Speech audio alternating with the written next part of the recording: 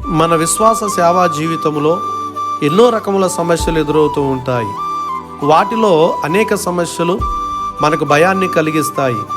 దేవుని యందు మనకున్న విశ్వాసాన్ని లేక ధైర్యాన్ని కోల్పోయేటట్లు సాతాను అనేక సమస్యలతో నిత్యము మనపై దాడి చేస్తూ మనల్ని భయపెడుతూనే ఉంటాడు.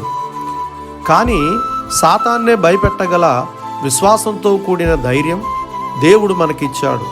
అందుకే విశ్వాసి అయినా సేవకుడైనా పాపముతో రాజీ పడకుండా ఈ లోక సంబంధమైన గొప్ప వాటిని ఆశించక మనసును హృదయాన్ని పరీక్షించుకొనుచు దేవుని యందు భయభక్తులు గలవారు మాత్రమే ఎల్లప్పుడూ ధైర్యంగా ఉంటారు.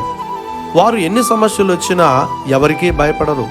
ఒక్క దేవుని ఎడల మాత్రమే భయం కలిగి జీవిస్తారు.